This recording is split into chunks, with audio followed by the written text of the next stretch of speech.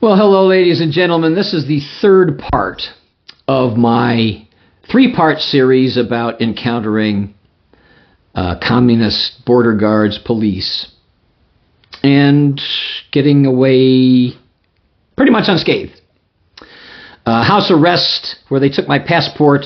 I pled guilty to two things. The first one was in East Germany, and I got through that okay, but they followed me around, and that was weird. And then in People's Republic of China, I was working.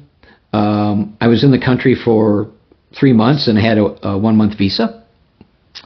I had to talk my way out of that. I was under house arrest. And then the final one was in Vietnam. So before you watch this segment, I would encourage you to watch. I have a PowerPoint with voiceover commentary that was about what I did in Vietnam, but I'm going to make a video similar to this with some photographs to really show what I did. I spent over a year of my life in Vietnam training tour guides in central Vietnam and Hue. And from about 2007, I spent the summer there and did it for a couple of weeks. I spent two months traveling in Vietnam and Laos, and then I spent 2 weeks in Hue training for the first time. So I was with my buddy An, who I've known since I first went to Vietnam in 92. I probably met An in 93 because he was the deputy director of Vietnam tourism, and I was on a ship and they were handling us. It was a foreign flag ship. At that point in time, I don't think the U.S. It happened in the Clinton administration where the embargo was lifted, but I was over there in 92 as well for the first time. And Vietnam, I think per capita, was about the fourth poorest country in the world because of the embargo. After the war, they were on the Soviet side. And of course, that was the Cold War still until the collapse of the Soviet Union. And that sort of left Vietnam at the end of the Soviet period. They were not getting any assistance from Soviet Union anymore, and they were not allowed to trade with the West, with the biggest economy in the West. So yeah, their economy really suffered at that point. And right, so I grew up watching this war on television. I was too young. I was in 65 when the first Marine combat troops went ashore in Da Nang in the spring of 85. In the spring of 65. I was 4 years old. And by the time we got out, I was a teenager, young teen. So it's something that I watched on television and always wondered about the history there. And then I began to study it. Why did we invade that country in assistance of a regime that only existed because we propped it up after the French left and they were supposed to have a united country? But the United States in the Cold War mania decided to prop up a government that was often led by the military. I mean, Diem was the first. He was not military, but he was connected to the military. But following that, it was military leader pretty much after military leader without any popular vote. Diem never got the popular vote that he didn't rig. And if you ask the majority of the population that were rather not very literate peasant farmers, who would you rather have there, the communists or the South Vietnamese government? It's like whichever one leaves me alone. And that was one of the issues. The whole concept of the war was based on an invalid theory, not a scientific theory, the domino theory, but a geopolitical theory that if, in fact, you allowed one country to fall to communist regime in Southeast Asia, then the next and the next and the next would fall. Of course, that didn't happen after it did fall. They never attacked the United States. And in the fog of war, the Maddox incident and the Gulf of Tonkin incident that allowed for an escalation, a justification of the escalation. It probably never, they probably never in the fog of war were even fired upon by anybody in Vietnam, even though in fact they were protecting the landing of South Vietnamese agents into North Vietnam. So why wouldn't the North Vietnamese attack? But it seems that they didn't, from the information we now have, but that in fog of war, and then the concept that, of course, we can do better than the French. Why you would invade and occupy and work with a country, again, it's been repeated since then, when you don't have a partner that you can trust.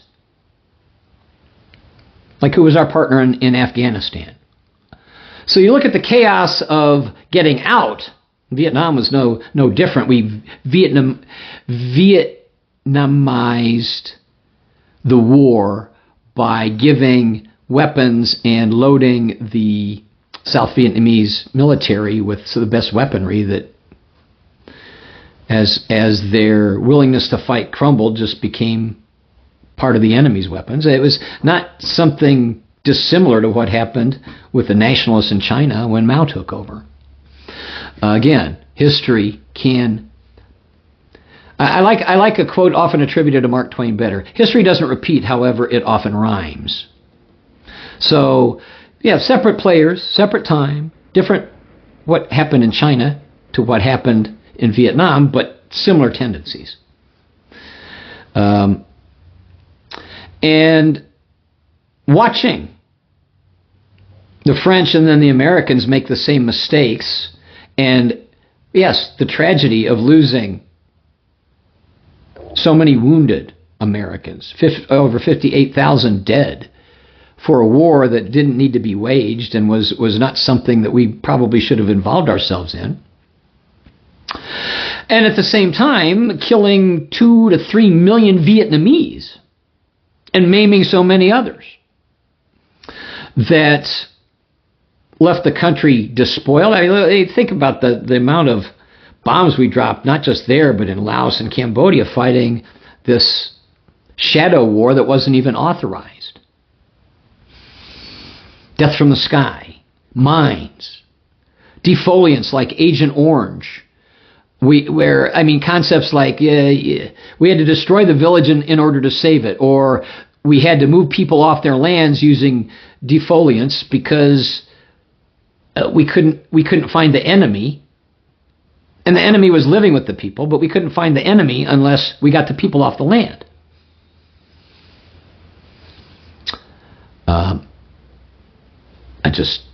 The prosecution of that war and then the mistakes made, and we've made similar mistakes since then. Again, this is something that, as you study history, if you're not learning from your mistakes, history has to be taught warts and all in order to learn from our mistakes. And we learn better. Humans learn better from mistakes than they do from successes. So that's history, warts and all. If it's not taught that way, it's not history. It's propaganda. It has an agenda. So,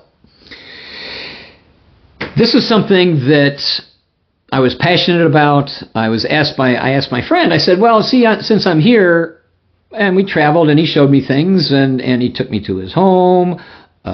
He took me to where he was planning on doing developments of hotels. Having been in the travel business, he wanted my advice. I met his family. I met his father, who was a hero of the Viet Minh and was arrested and kept in a tiger cage in Con Dao Island for about 20 years. The Hanoi Hilton wasn't the only place where torturing was done in that war. The South did the same thing to their prisoners in tiger cages. The North was doing the same thing. But it's war. A war that could have been settled in the 50s. Could have been settled even before that. There was a chance that America could have come to the side of Ho Chi Minh. We were aiding him in his fight against the Japanese. When he declared independence of Vietnam, there was an American intelligence officer standing next to him, and he was quoting George Washington, whether that would have continued or not, except then we turned it back over to the French. That's something I think is a mistake of Truman. But he was new to the job. And I'm getting into the weeds here, but to describe what I wanted to do, he said, well, you can teach English. I wanted to give back. I wanted to be an American that actually maybe repaired some of the bridges that were burned. And there was more receptivity to Americans in the South. That's something I noticed in the North, where we bombed them. And in the South, the communist experiment was newer. And the other thing that had happened there, again, mirroring something that happened in China that didn't happen in the Soviet Union, was an opening of the economy and loosening, especially at a local level, of free enterprise. Capitalism. Where farmers could sell their goods at a price that they could negotiate. And so the Deng Xiaoping reforms in China, Doi Moi was what it was called in Vietnam, and that came into play about 10 years after what was happening in China. So this was starting to happen as I first went there. And so what I saw, it was similar to China, but totally different than what was happening in the Soviet Union until it collapsed, was a market economy on a local level. And I saw that from the first time I went there. And especially in the South, it took root quickly because they'd only been 16 years under, communism as an economic system is a failure. There needs to be some incentive in the economy, but uncontrolled capitalism is in the hands of robber barons and monopolies, and of course, we found that to be something that we need to. And mixed economy is what most of the world lives in and works in today, because there are checks on certain trade items. There are tariffs. There's some protectionism. This is not laissez-faire-ism. A total free market doesn't exist anywhere. There are laws. There are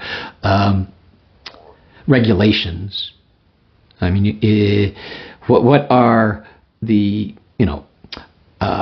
environmental protection and consumer protection from having ingredients that are actually the right ingredients, and the Food and Drug Administration and things like these are all checks on somebody trying to do something and sell something that isn't right, which is, if you're laissez-faire, it's like, that's everything's open to that. So just so we're talking about the same thing. And for anybody to talk about, you're a liberal, so you got to be a communist or something. No, sorry. My mother was called a communist because she said she was a Democrat by a guy here in Indiana. And I asked him, have you ever read any Karl Marx? Do you even know what communism is? And he didn't. And, what is communism? Is it what Marx said? Is it from each according to their ability, to each according to their need? That doesn't exist anywhere except in small type, a few people in a commune could live that way, but no. It's not a great economic model. They'll pretend to pay people, and the people will pretend to work. That's what happened in the Soviet Union. Really. So, your idea about what communism is, that, communism is bad, it's just the opposite of capital. No. You don't understand it. And you don't understand the system we have here. What we have are autocratic or totalitarian systems of government that call themselves communism, but what China, this is the thing that kills me, is China calls it socialism with Chinese characteristics, which just means that they've adjusted things because the original plans didn't work. A directed economy, a command economy where you command somebody to make certain goods at a certain amount, or agriculture that you command a harvest of a certain size. These are failures. These are roads to failures. And socialism's a different thing. I mean, we have Social Security in the United States. So, these things are quite complex and nuanced and take a lot of learning and study to understand. So your opinion, and everybody thinks they can have it, should have an opinion, but not every opinion is equal. An uninformed opinion is not equal to an informed opinion, in my opinion. So, getting to the point in Vietnam, what I did there, being a travel person, I've been a guide. I've been a guide. I've been a local guide. I've been a national guide.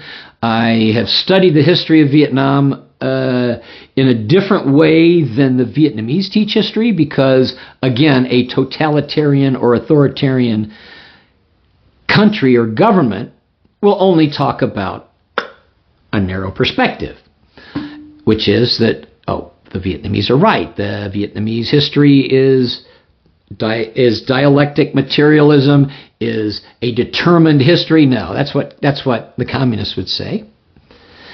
And they have propaganda there. They're teaching their highlights, and everything American is bad. When I first started going there, the war museums that they're now called were then called the Museum of American War Atrocities. So that shows you where their perspective is. And our perspective, for the way we inadequately teach history in the United States, is not different. It's propaganda. Oh, look at what we did, the great things we did. No, we can't talk about slavery because, it might upset some racists. What? Who's it going to upset? Racists and their kids that they're indoctrinating.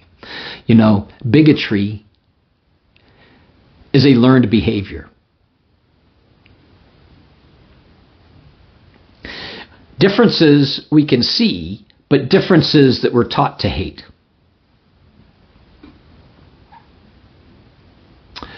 Kick the dog.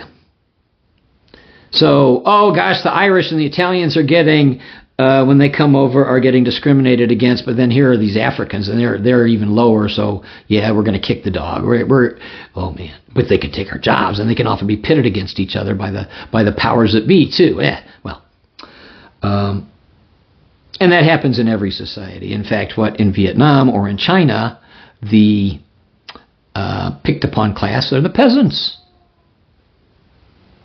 Party members, the city folks that are fairly well off, they'll pick on the peasants. Nature. But it is learned and doesn't have to be learned. And so I would incorporate some of these thoughts into what I was doing. It started organically, and I asked Don, who has he started as the deputy director of Vietnam tourism, and then he founded his own company after the opening, Doi Moi.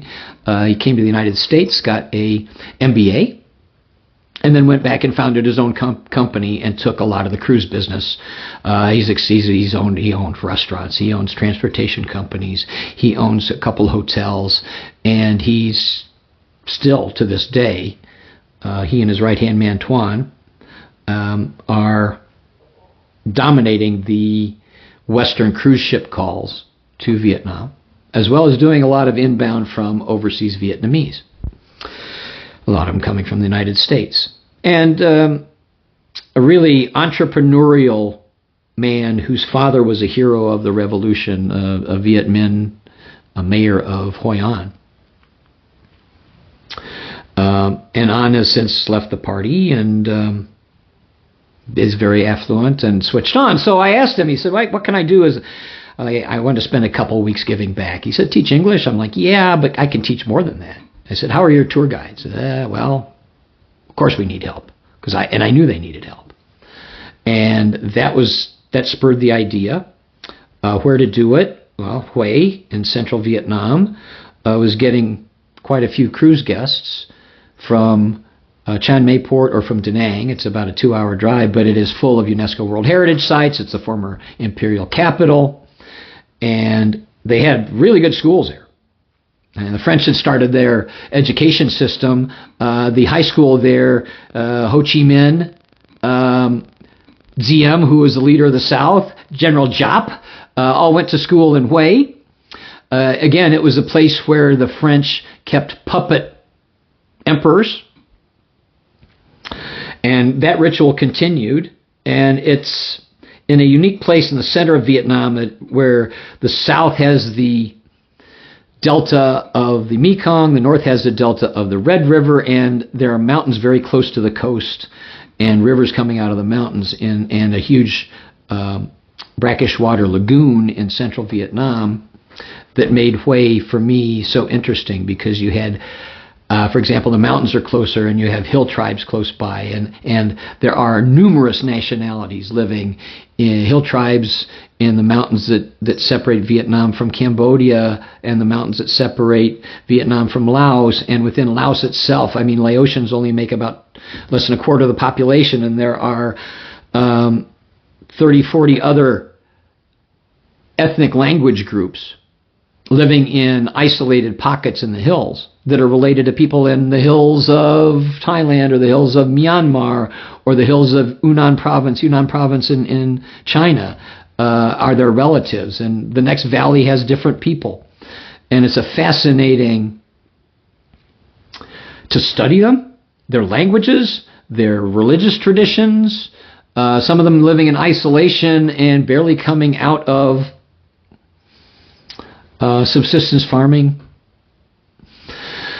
And it was something that actually both the French and the Americans used them to fight against the Viet people, because they'd been pushed around by the Viet people that were the vast majority of the population of Vietnam, with numerous other ethnic language groups up in the mountains with less contact. And the French had, they called them Montagnards, the people of the mountains, hill tribes.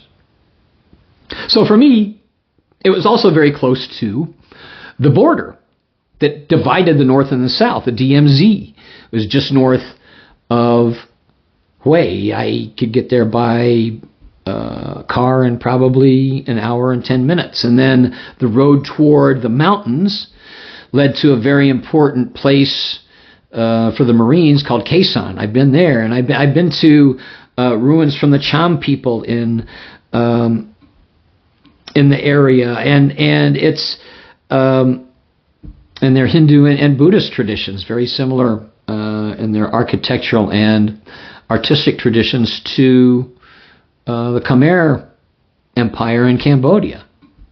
Similar influences and a slightly different time period, but similar iconography and the attempts to use their kings as deities, and to explore the roots of Vietnamese culture and history and read about it, and then explain it in English to people that wanted to become English-speaking tour guides. And to become an English-speaking tour guide in Vietnam at the time, you had to have a degree in English from a 4-year university, and then they gave you a 1-month course to guide.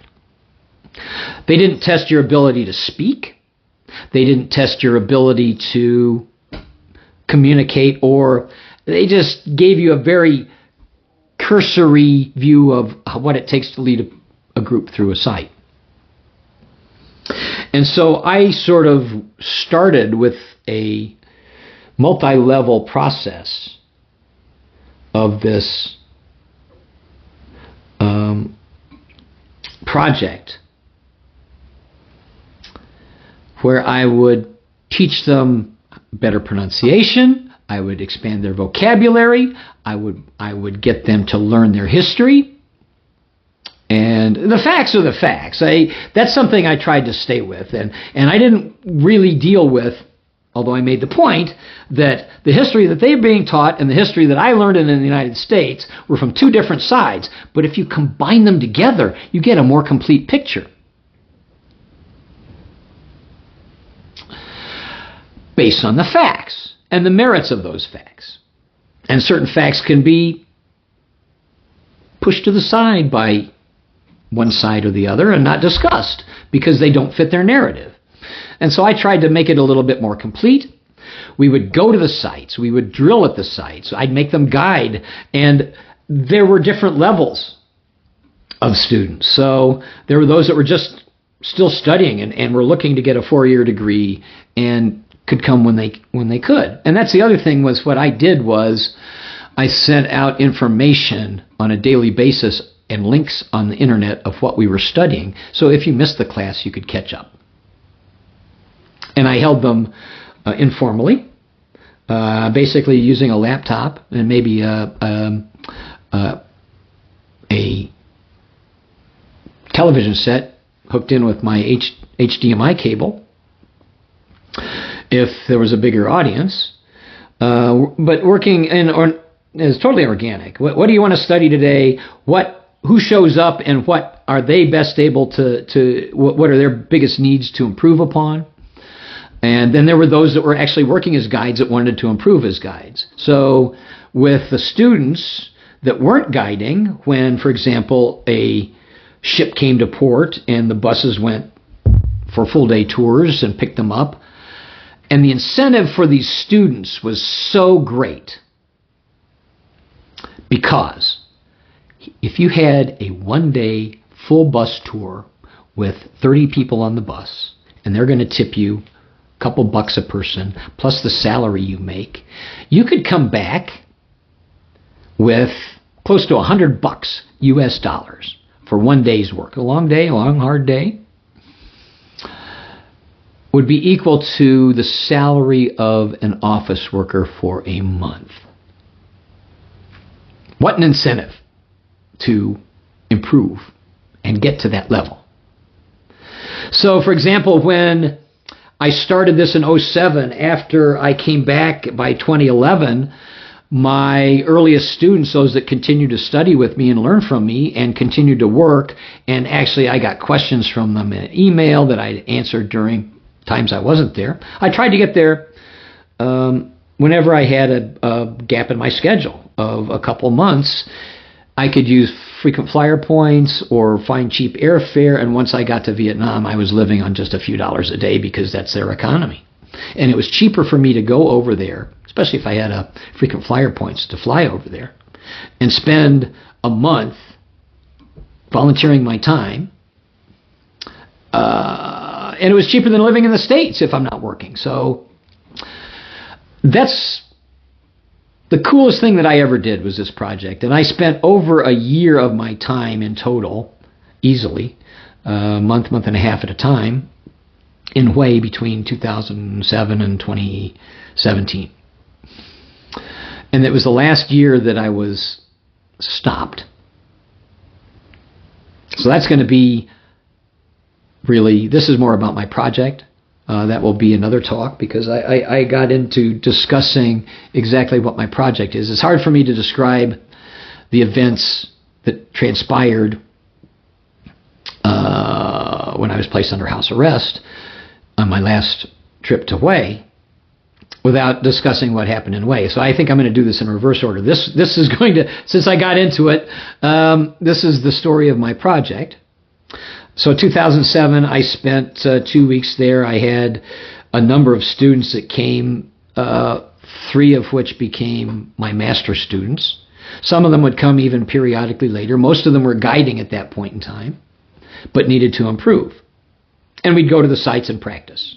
If somebody had a tour of a bus group from the port, we'd meet them at some of the sites and follow them around and listen to them. And I would make, later on, I'd talk to the guide if I had any questions about or points that they could improve upon. But I also used it as an opportunity for the younger students to see what it's like to guide and who the clients are And I'd always have the guide introduce me to them. Sometimes I even got permission to go to the port with some of my students, so they could see the whole process. And then they'd hear about how much money they were inspired. We'd go to the different sites and we'd take turns guiding. We'd study the site beforehand. One of the things that I tried to get the students away from doing, which is something they'd been taught because they learn their language, which is quite complex with tones. They used to have, in the imperial days, they used Chinese characters. Just like the Chinese characters have different pronunciation associated with them throughout China. Same thing, there are Chinese characters here. Again, different pronunciation. Certain words are the same. But then they switched when the first Portuguese were the first Westerners to come, and they began working on, they wanted to convert them, so they wanted a Bible in a language they could understand, and they decided to switch away from characters and Latinize, but give tonal marks to their, so it's tonal marks with Latin alphabet is what you see in Vietnam today, although if you go to the imperial period sites, you'll still see Chinese characters in a lot of things. But the ability then for me to like read, I can't hear the tones, unfortunately, so it's not something I'm able to speak, but I can read menus and signs like that. So because it's a lot easier being in the Latin alphabet than characters, which again I would have to learn. Yeah, to be fluent, if you're back in the old days when they didn't have simplified characters, you'd need 10, 20,000 characters to be fluent. And anyway, I'm studying history and not the language.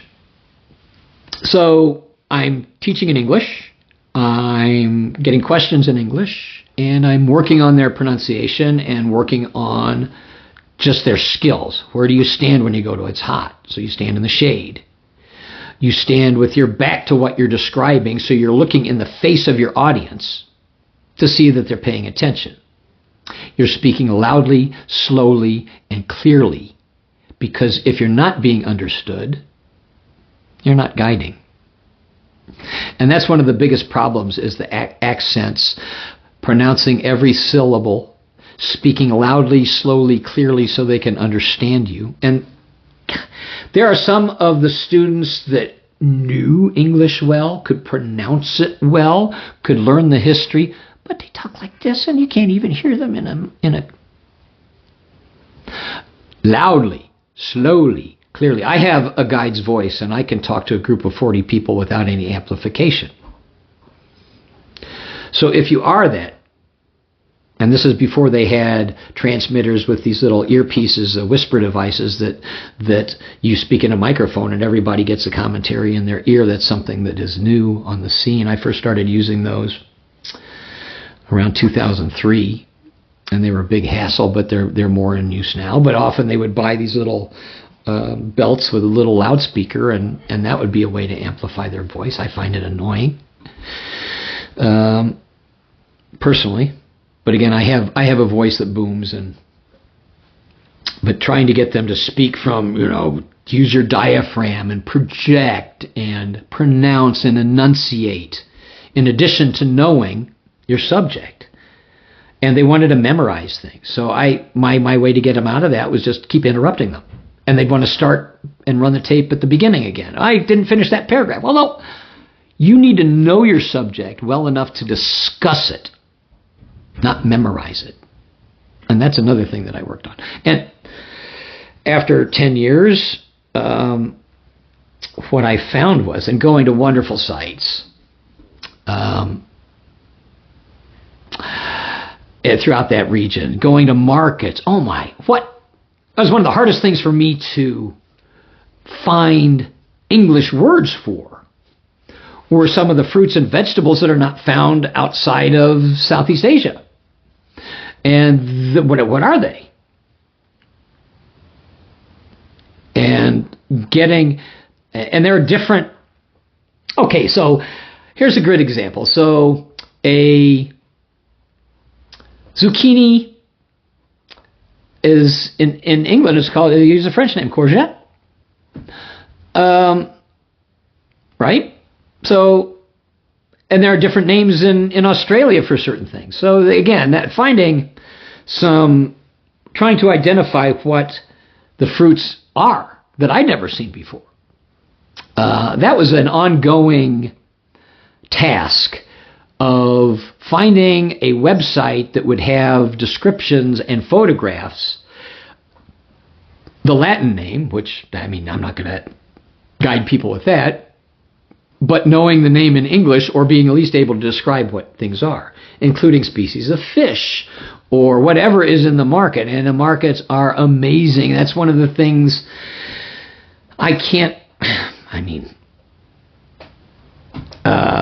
you go to the markets in Europe. I mean, there's some great ones. The Barcelona, fish market and the food market in Livorno in Italy. You go anywhere to local markets. Oh gosh, there's a fish market in Catania in Italy that I love going to, and they always have they're fishing just south of the Strait of Messina, which is full of swordfish. So you go to their fish market, and they've got the head down to the gills of swordfish sticking up in the air.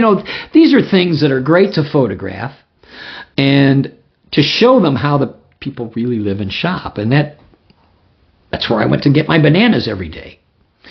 And it's really something that guests that come, that visit, I mean, gosh, that is just they've never seen shopping experiences like this at home. And to be able to show them and describe to them what they're finding. And maybe even getting some samples of some of the fruit for them to taste. That's a great way to learn more about a culture.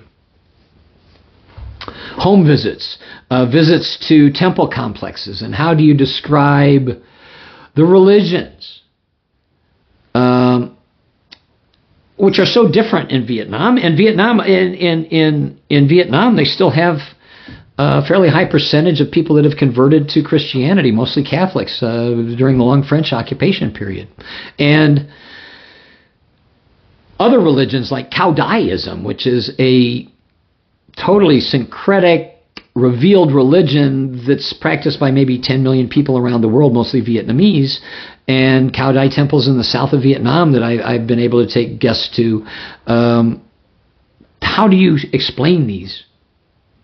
How do you explain your folk belief, your ancestor worship, or your ancestor altar that you have in your home with pictures, and you do certain rituals to their tombs, because you burn model cars and tiny cell phones so that these go up so they can use them in the afterlife, new things that they didn't even experience in their own life. It's really, and how that has actually made its way into Catholicism there. They have the same temples, but they call them family saints. So to me, it's fascinating if you can explain this. How do you explain this, and how do you teach somebody that's grown up in a religion to look at it from the outside and describe it so that outsiders of that religion can understand it?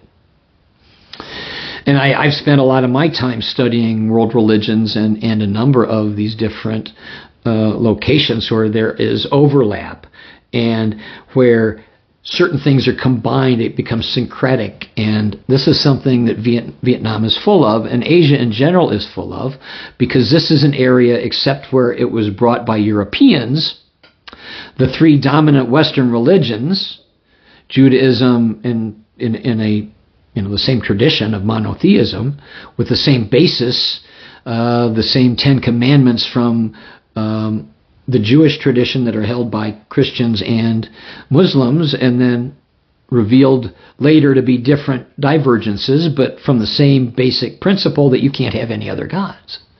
And you can't have somebody, oh, I'm a Muslim and a Christian. But this doesn't exist in Asia.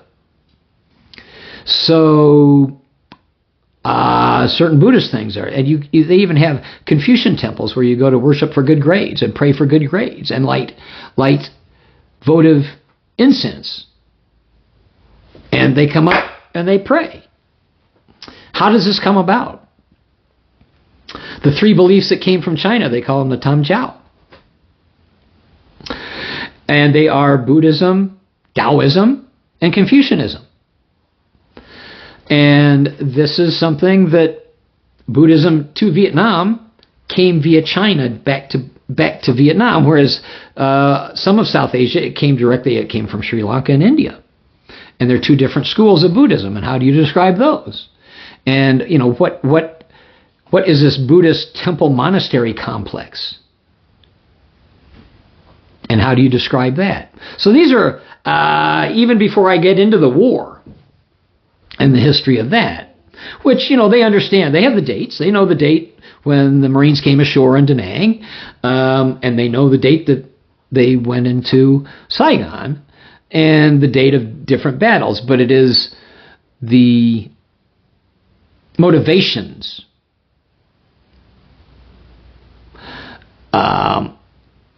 of the outsiders that they seem to get without necessarily having been told it, especially in the South where they experienced the American presence. And then once the Americans left, they experienced the repression, and then an opening under Doi Moi, and an opening to the West, and then the Americans begin to come back, and their Vietnamese that left because of the war, because they were attached to the Southern government, and their children that grew up begin to come back, and they have relatives, and that's something that has happened more and more since this opening in the early 90s, and they also, because they were now open to the world economy once the embargo under the Clinton administration was lifted, their economy has improved greatly. I mean, they've leapfrogged. They were per capita about the fourth poorest country in the world at that time, and they've leapfrogged over so many failed states and a lot of states that are trying to do what they are doing, but they've done it more successfully. Again, albeit with a single-party authoritarian government. Yeah. Which I ran into at the end of my time. I would teach them wherever I could find space. Sometimes we'd go to a cafe. Sometimes we'd meet at a site. Sometimes we'd meet where I was staying, and there was a room there that was available if there were just a few people. Sometimes we'd intentionally just go to sites. We'd meet, and we'd all go by motorbike. I never, while I was there, I was using bicycles. And there are more cars, and increasingly more cars, and it's been since 2018 since I've been back there, and I'm sure in the 5 years, 6 years since, it's just exploded. But two-wheeled, when I first went there, it was almost all bicycles with old scooters, and now scooter, and that's what a traffic jam is, and that's something that I'll try to also put up on my website. Is I've got a video going in Hue on the back of a motorbike through the traffic, and it's crazy. Crossing a street is crazy. I love the food. The people are, especially where I've spent time, which is mostly in the South. I've been to the North. The Northern people seem to be a little bit colder. They definitely are, because they suffered the worst of the American bombing. And they did not have an American presence there, are much more reluctant, I think, to engage with Americans. Not all of them. But, boy, I find them to be funny and love to laugh. Oh, my gosh. Laughing and slapping you on your back or your leg.